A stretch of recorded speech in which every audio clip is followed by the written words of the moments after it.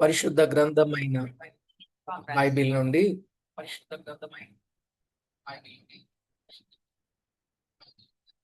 తేటగా మనము వినాల్సిన వర్తమానం కొరింథీయులకు రాసిన మొదటి పత్రిక 16వ అధ్యాయం మొదటి నుండి 4 వచనాలు చదువుకుందాం.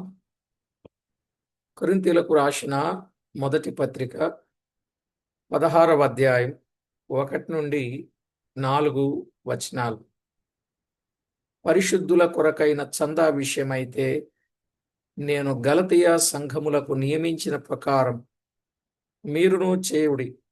నేను వచ్చినప్పుడు చందా పోగు చేయకుండా ప్రతి ఆదివారమున మీలో ప్రతివాడును తాను వర్ధిల్లిన కొలది తన యొద్ద కొంత సొమ్ము నిల్వ చేయవలెను. నేను వచ్చినప్పుడు మీరెవరిని యోగ్యులని ఎంచి పత్రికలిత్తురో వారి చేత మీ ఉపకార ద్రవ్యమును యెరూషలేమునకు పంపుదును. నేను కూడా వెళ్ళుట యుక్తమైన ఎడల వారు నాతో కూడా వచ్చురు. అయితే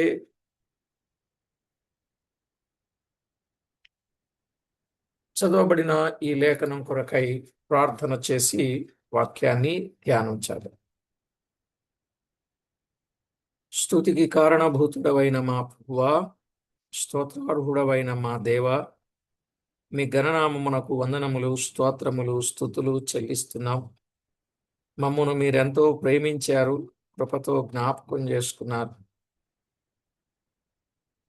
కాలాలు జరుగుచూ ఉండగా మాకు కావలసిన మీ వాక్య సత్యమును, క్రమమును మాకు మీరు నేర్పిస్తూ వస్తున్నారు. అందును బట్టి మిమ్మల్ని ఎంతో స్తుతిస్తున్నాం. మా ప్రభువా, ఇంకా మా జీవితంలో అవసరమైన సంగతులను తేటపరచి మీరు మహిమ పొందుతారని, తోడయుండి కాపాడుతారని కోరుచు వాక్యం పట్ల ఆశ కలిగి ఆసక్తి కలిగి వచ్చిన ప్రతి వారిని నిండారులుగా నింపి తృప్తిపరుస్తారని కోరుచు మా ప్రభు అయిన క్రీస్తు యేసు నామమున ప్రార్థించి వినయులమై వేడుచూ ఉన్నాము తండ్రి. ఆమేన్. ప్రభునందు ప్రియులారా, మనము చదువుకున్న ఈ 16వ అధ్యాయములో ముఖ్యముగా చెప్పబడింది చందా ముగింపు.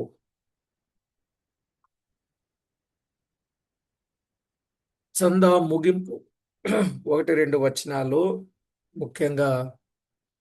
ముఖ్యాంశంగా చందా ముగింపు. ఇందులో మన క్రీస్తు ప్రభు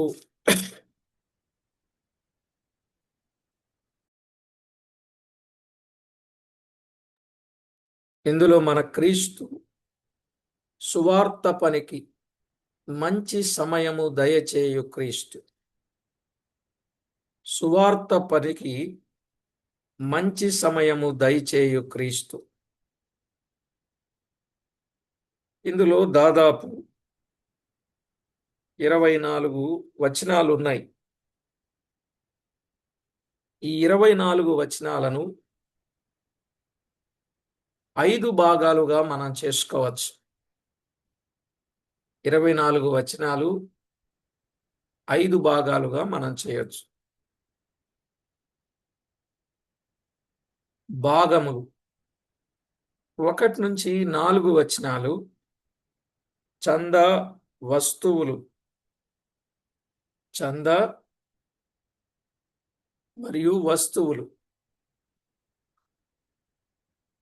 ఇక 5 నుండి 9 వచనాలు 5 నుండి 9 వచనాలు పౌలు కొరింథుకు వచ్చుటకైన ప్రయత్నాలు. పౌలు కొరింథుకు వచ్చుటకైన ప్రయత్నాలు. 10 నుండి 12 వచనాలు 10 నుండి 12 వచనాలు తిమోతి, అపొల్లో. తిమోతి, అపొల్లో ఇక 13 నుండి 18 వచనాలు. 13 నుండి 18 వచనాలు చివరి హెచ్చరికలు. చివరి హెచ్చరికలు. ఇక 19 నుండి 24 వందనాలు. 19 నుండి 24 వచనాలు వందనాలు. 5 భాగాలు. 1 నుంచి 4 చందా వస్తువులు. 5 నుండి 9 వచనాలు పౌలు కొరింథుకు వచ్చుటకైన ప్రయత్నాలు. 10, 12 తిమోతి అపోల్లో. 13 నుండి 18 వచనాలు చివరి హెచ్చరికలు. 19 నుండి 24 వచనాలు వందన వచనాలు, వందనాలు. ఈ అధ్యాయం యొక్క ఉపోద్ఘాతం. అధ్యాయం యొక్క ఉపోద్ఘాతాన్ని మనము తేటగా తెలుసుకుందాం.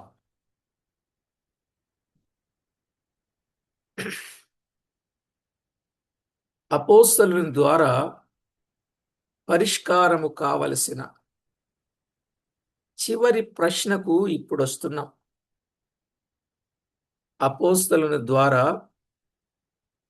పరిష్కారము కావలసిన చివరి ప్రశ్నకు ఇప్పుడు వస్తున్నాం.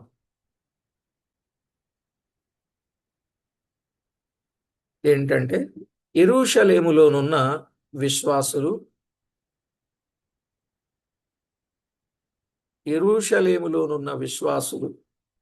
తమ పేదరికాన్ని బట్టి చాలా ఇబ్బందికి గురవుతున్నారని వినబడుతుంది. యెరూషలేములోనున్న విశ్వాసులు తమ పేదరికాన్ని బట్టి చాలా ఇబ్బందికి గురవుతున్నారని వినబడుతుంది. బహు తరచుగా యెరూషలేము బయట నుండి వచ్చు సహాయముపై ఆధారపడి ఉండేది. బహు తరచుగా యెరూషలేము బయట నుండి వచ్చు సహాయముపై ఆధారపడి ఉండేది. వేరే ప్రదేశాలలో నుండే యూదుల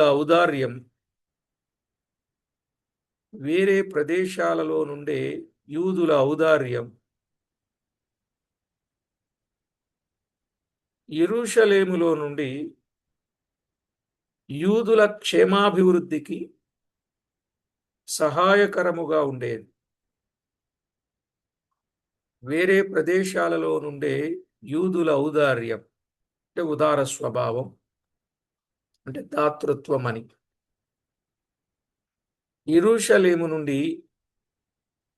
యెరూషలేములో నుండి యూదుల క్షేమాభివృద్ధికి సహాయకరంగా ఉండేది.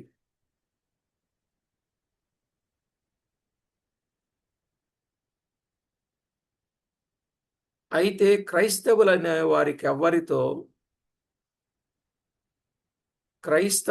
వారికెవ్వరితో గాని అట్టి సహాయం అందేది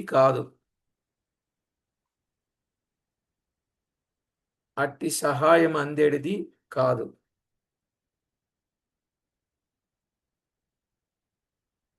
అందుచేత వారు బహుశా అవస్థలో ఉండిపోయేవారు.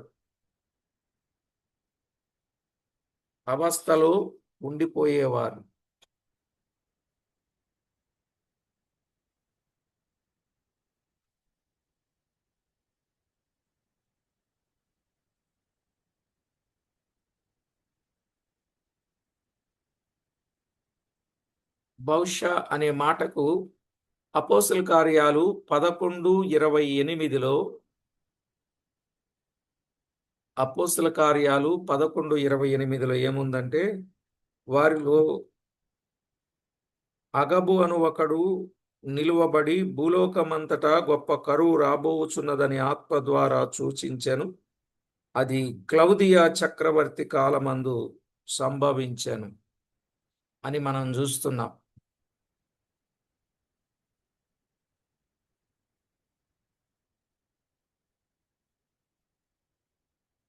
లోకపు యెరూషలేము తానున్న విశ్వాసులను మరి దరిద్రులుగా చేయడముతో వారిలో ఎడతెగని అవసరత పరిస్థితి ఏర్పడింది.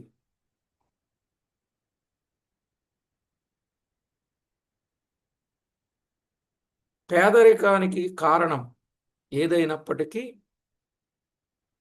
అపోస్తలులు పరిశుద్ధుల సహవాసమును ప్రోత్సాహపరిచారండి. అపోస్తలులు పరిశుద్ధుల సహవాసాన్ని ప్రోత్సాహపరిచారు.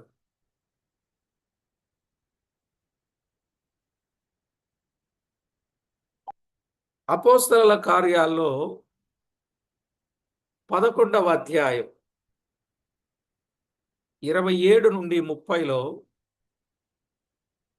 11వ అధ్యాయం 27 నుండి 30లో అంత్యోకయలోని నూతన విశ్వాసులు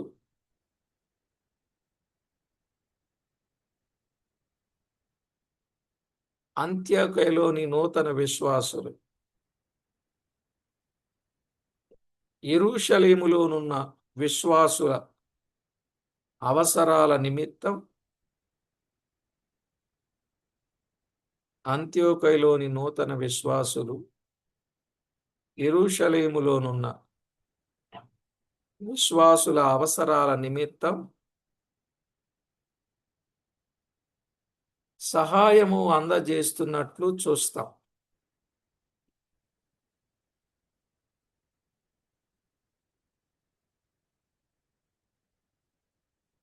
కొరింథీయులకు రాసిన మొదటి పత్రిక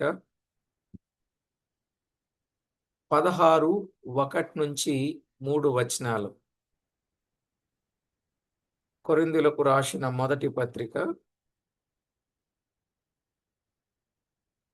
16:1-3 అలాగే కొరింథీయులకు రాసిన మొదటి పత్రిక 8-9 అధ్యాయాలు.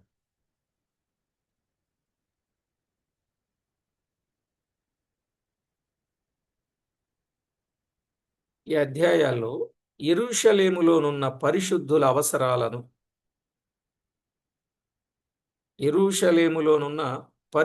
అవసరాలను తీర్చే సహవాసతను గూర్చిన అంశం ఉంది. యెరూషలేములోనున్న పరిశుద్ధుల అవసరాలను తీర్చే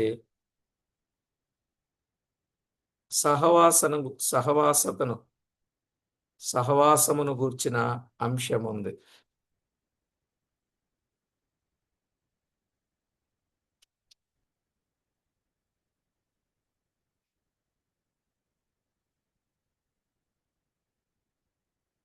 రోమా పత్రిక 15వ అధ్యాయం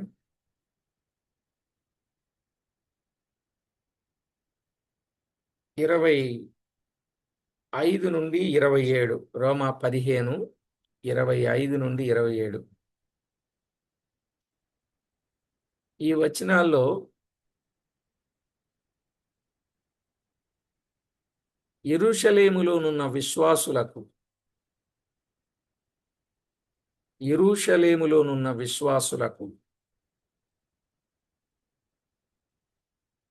అకయ మాసిదోనియా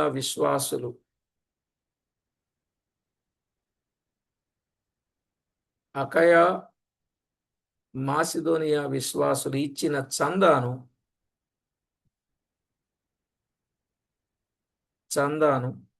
పౌలు తీసుకొని వెళ్ళు సంగతి కనబడుతుంది.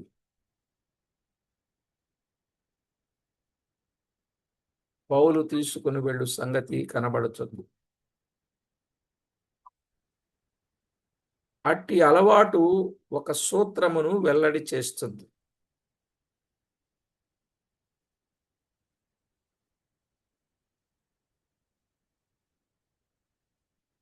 అదేమంటే సమృద్ధి కలిగిన వారు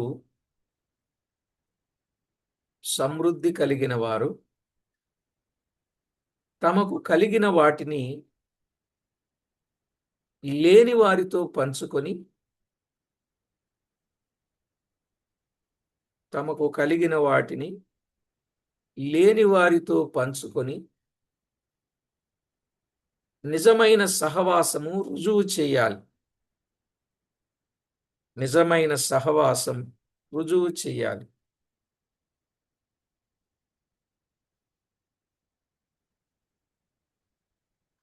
హెబ్రీ పత్రిక 13:16.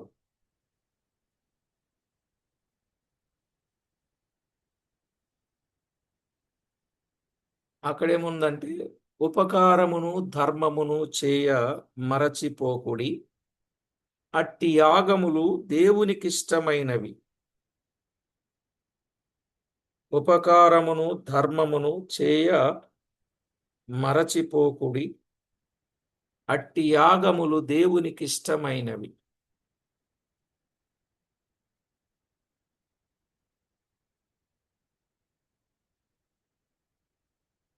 వారి ప్రశ్నకు సమాధానముగా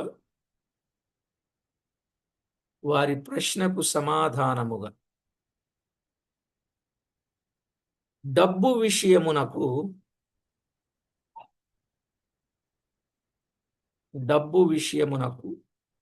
పౌలు స్పష్టమైన సూచన ఇస్తున్నాడు. డబ్బు విషయమునకు పౌలు స్పష్టమైన సూచన ఇస్తున్నాడు.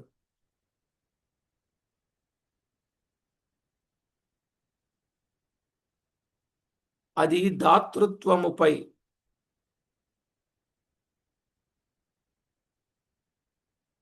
దాతృత్వముపై క్రైస్తవ ఉపదేశముపై పునాది వేస్తుంది.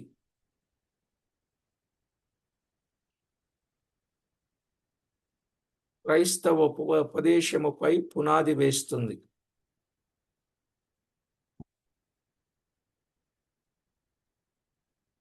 ఇది అన్ని సంఘములకు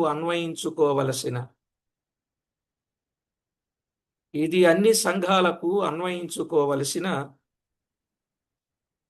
సామాన్యమైన బోధని ఆయన స్పష్టము చేస్తూ ఉన్నాడు.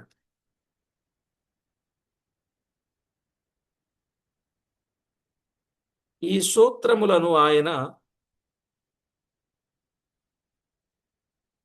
గలతీలో బోధించాడు.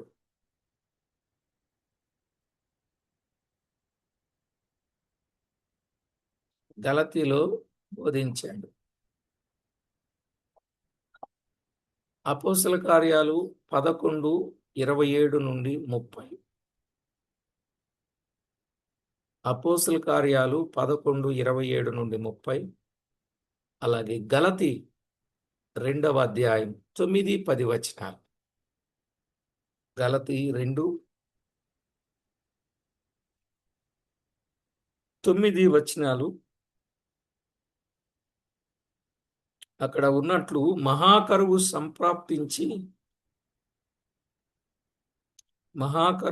సంప్రాప్తించి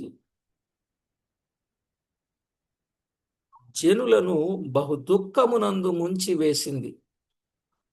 ఆ కరువు జనులను మహాదుఃఖంలో ముంచి వేసింది.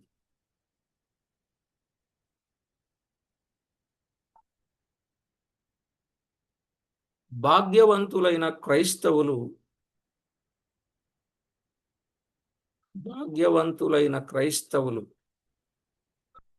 ఇతరుల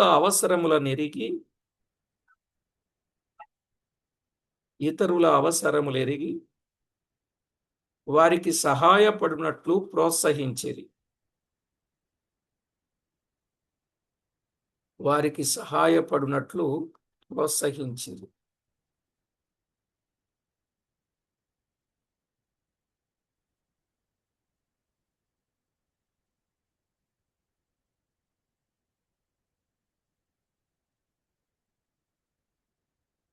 ఈ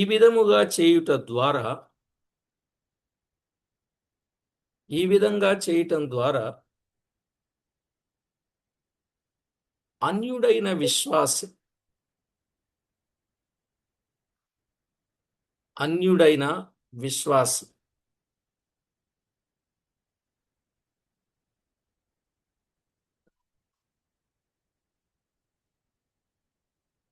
సహోదరునిపై దయ కలిగి ఉండుటకు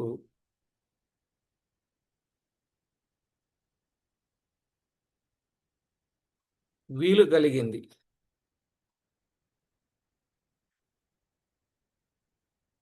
వీలు కలిగింది. ఇంకను సువార్త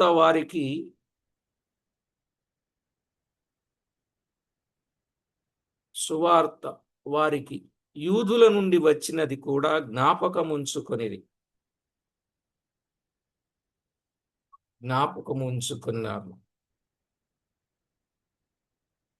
రోమాపత్రిక 11:11.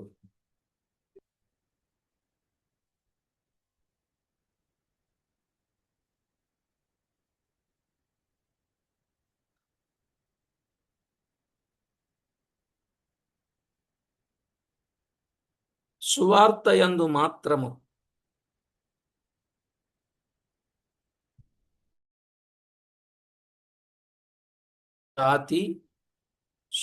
యందు మాత్రము జాతి లేక వర్గభేదములు ఏమీ లేవు.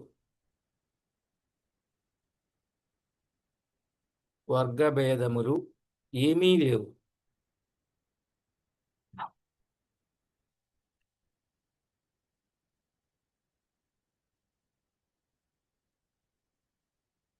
యేసుక్రీస్తు ప్రభువును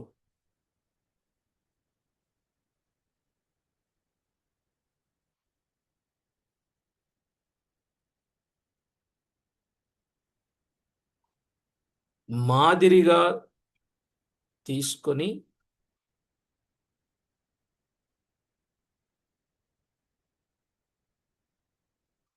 ఆయన ప్రేమించుచున్న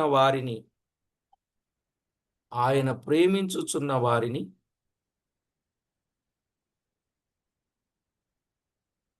వారును ప్రేమించవలెను.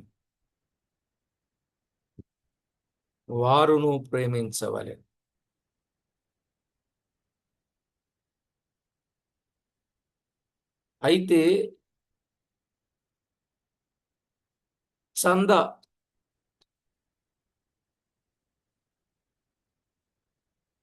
ఏమి చేయవలనన్నది వారికి గొప్ప సమస్యగా ఉండేది.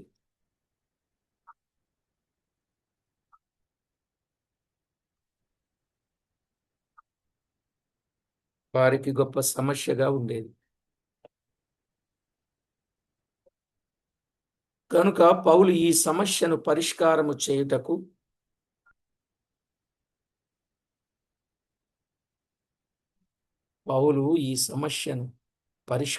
చేయుటకు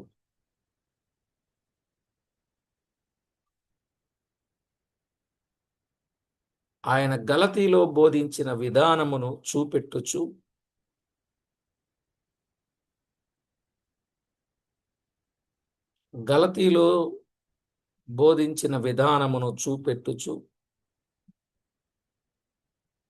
చక్కని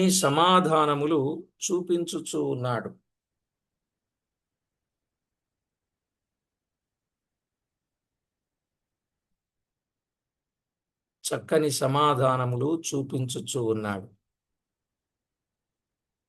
ప్రియులారా, ఇదంతా ఉపోద్ఘాతం. అర్థమైందండి?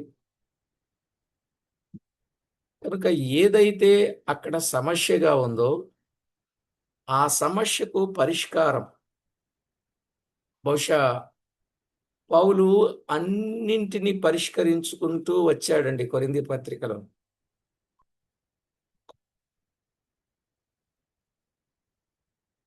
అర్థమైందండి?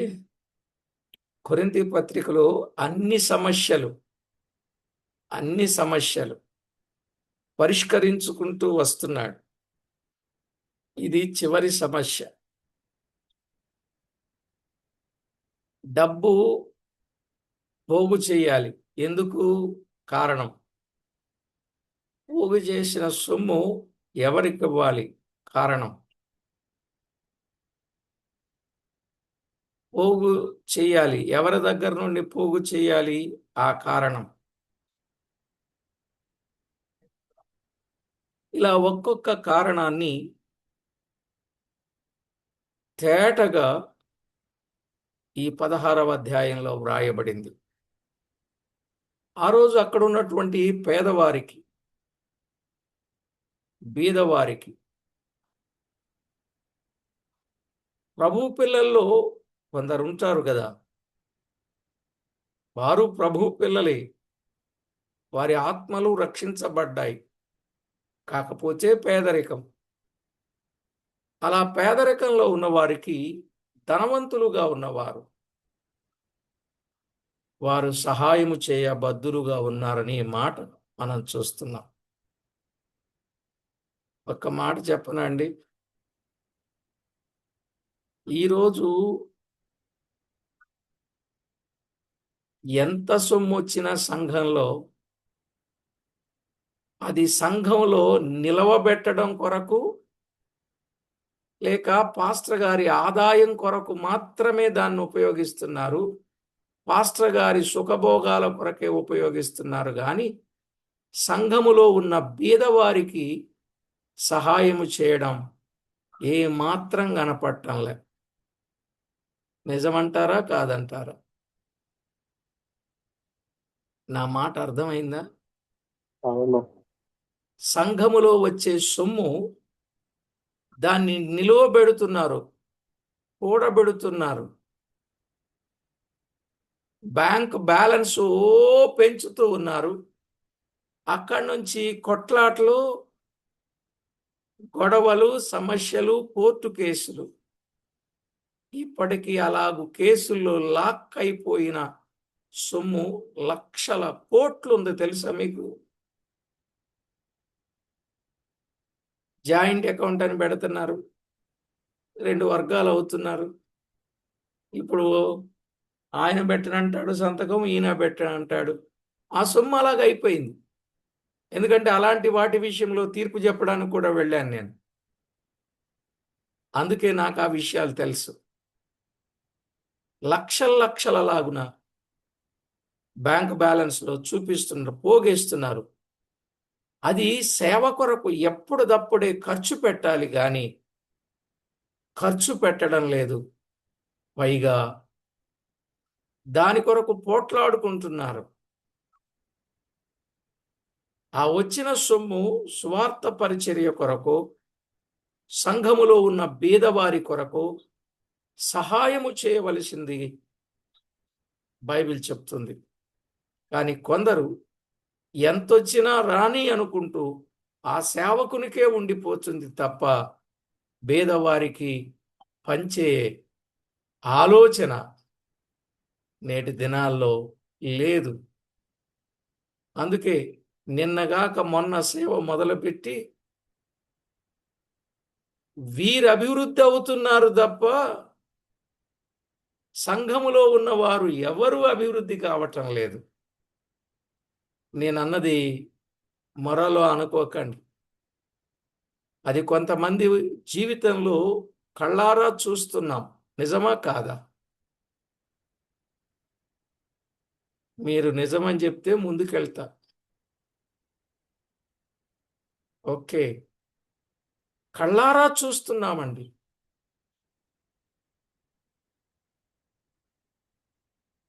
కొన్నిసార్లు వారి కష్టార్జితం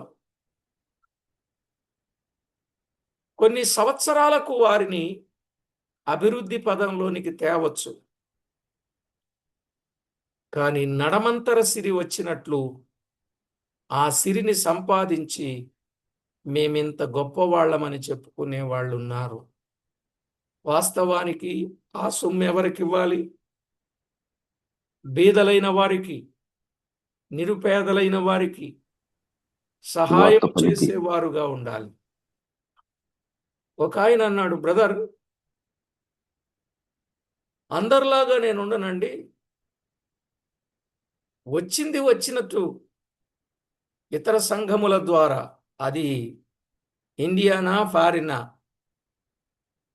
ఎక్కడి నుంచైనా వచ్చింది వచ్చినట్టు, నేనేమి తినేయట్లేదండి, ఓ రూపాయి ప్రజలకు పెడుతున్నాను, 9 రూపాయలు నేను తింటున్నానండి అన్నాడు. ఇది రైటేనంటారా? చెప్పేదేమో వాళ్ళ పేరు, సంపాదించేదేమో ఇది.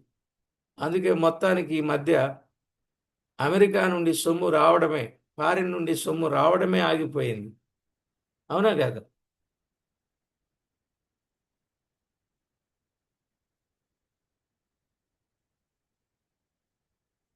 ఇప్పుడు చాలా కథలు పడుతున్నారు మనవాళ్ళు. ఎప్పుడైతే సొమ్ము ఆగిపోయిందో చాలా ఇబ్బందులు పడుతున్నారు. ఈరోజు సొమ్ము కొరకే సేవ అన్నట్టుంది కానీ, సొమ్ము సేవ కొరకు ఖర్చు పెడదామని కానీ, సొమ్ము సామాన్యునికి సహాయము చేద్దామని కానీ ఆలోచన లేదు. సొమ్ము చేత సామంతులమవుదామన్న ఆలోచనే ఎక్కువగా ఉంది. ఈ ధోరణి పోతే తప్ప రేపు భవిష్యత్తులో సంఘాలు క్షేమాన్ని పొందలేవు. మరికొంతమంది ఏం చేస్తున్నారంటే,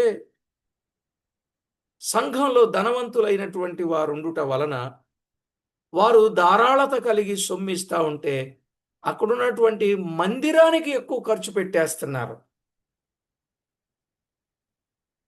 మందిరాలకు లక్షల కోట్ల రూపాయలు వెచ్చిస్తూ మా మందిరం ఇంత గొప్పది అని చెప్పుకుంటున్నారు. సొమ్ము రాళ్లకు రప్పలకు పెట్టాలా అండి? బీదవారికి పెట్టాలా?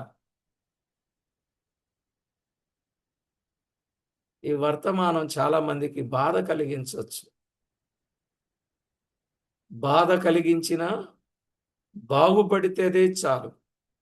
కనుక రాళ్లకు రప్పలకు సొమ్ము ఖర్చు చేయొద్దండి. ఒక మందిరం ఉండాలి, సింపుల్గానే ఉన్నదానిలో అందంగా అలంకరించుకోవాలి, తప్పు కాదు. ఇంకా ఈ మందిరాన్ని ఇలా కట్టాలి అలా కట్టాలని పేదవారిని పీడించి మరి పిప్పి చేసేవాళ్ళు కూడా ఉన్నారు మందిరం కొరకు. డొనేషన్ ఇవ్వకపోతే ఊరుకోవట్లేదండి.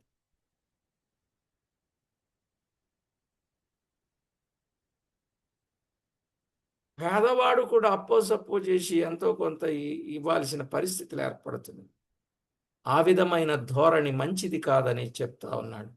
సరే, మెట్టుకు ఏదేమైనా ప్రియులారా, సంపన్నుడు సామాన్యునికి సహాయకుడుగా ఉండాలి. సంఘాలలో ప్రోగు చేసిన సొమ్ము విషయములో ఉపకారమును ధర్మమును చేయ మరిచిపోకూడదు అని చెప్తున్నాడు. ఇక తర్వాత పాఠంలో ధ్యానాలు విందామండి, ప్రార్థన చేసుకుందాం. తర్వాత పాఠంలో ఈ అధ్యాయములో ఉన్న ధ్యానాలు విందాం. కృపా కనికరములు గల మా దేవ, మీకు స్తోత్రం. మీరు మమ్మను ప్రేమించారు, మీ కృపతో జ్ఞాపకం చేసుకున్నారు. మీ వాక్యములో ఉన్న వాస్తవాలు మాకు తేటపరుస్తున్నారు, బయలుపరుస్తున్నారు. మీకు మేము మహిమ తేగలుగునట్లు సహాయము చేయండి మా ప్రభువా. పేదవారి పట్ల, పేదవారి పట్ల కనికరము చూపగలిగిన మనసు, ఔదార్యము కలిగిన మనసు, ఉదార స్వభావం కలిగిన మనసు ప్రతి వారిలో ఉండి రేపు రాబోయే జీవము కొరకు వాస్తవమైన పునాదిని వేసుకోగలుగునట్లు ప్రతి ఒక్కొక్కరిని మీరు సిద్ధపరుస్తారని, మీరే మహిమ ఘనత కీర్తి ప్రభావాలు పొందమని, దోర్కా, తబిత, లేడి ఎలాగైతే తనకున్న స్థితిలోని తనతో ఉన్న వారికి సహాయము చేసిందో అలాగున సహాయము చేసే సహృదయం సహోదర సహోదరీలకు దయచేయమని తోడై ఉంటారని కోరుచు మా ప్రభు అయిన క్రీస్తు యేసు నామమున స్తోత్రము చెల్లించి స్తుతించి ప్రార్థించి మిక్కిలి వినయముగా బ్రతిమిలాడి వేడుచూ ఉన్నాం మా పరమ తండ్రి. ఆమేన్. ప్రభునందు ప్రియులారా, ఈవేళ కష్టములో ఉన్నవారికి, ఇబ్బందిలో ఉన్నవారికి, నిరుపేదలుగా ఉన్నవారికి, రోగముతో వ్యాధితో బాధపడుచు ఉన్నవారికి, తోటి సహోదర సహోదరులు మనకంటే హీనమైన దీనమైన స్థితిలో ఉన్నవారికి మనము తప్పనిసరిగా సహాయము చేసి దేవుని ప్రేమను మనము వారికి పంచాలి. ఆ విధమైన అనుభవాలు మనము కలిగి ఉండాలని ఉపోద్ఘాతం తేటగా తెలియచేసింది. గనుక ప్రతి ఒక్కొక్కరూ ప్రియులారా ధారాళత కలిగిన వారుగా, ఉదార స్వభావము కలిగిన వారుగా, ఎంతసేపు మన కొరకు మనము కాదు, ఇతరులకు మేలు చెయ్యాలని ఆ చక్కని సత్యాన్ని కలిగిన వారుగా, దేవునికి మహిమకరమైన వారుగా జీవిస్తూ ఆయన్ని ఘనపరుచుతాం. అలాగూ సిద్ధపడాలని ప్రేమతో మనవి చేస్తూ ఉన్నాను.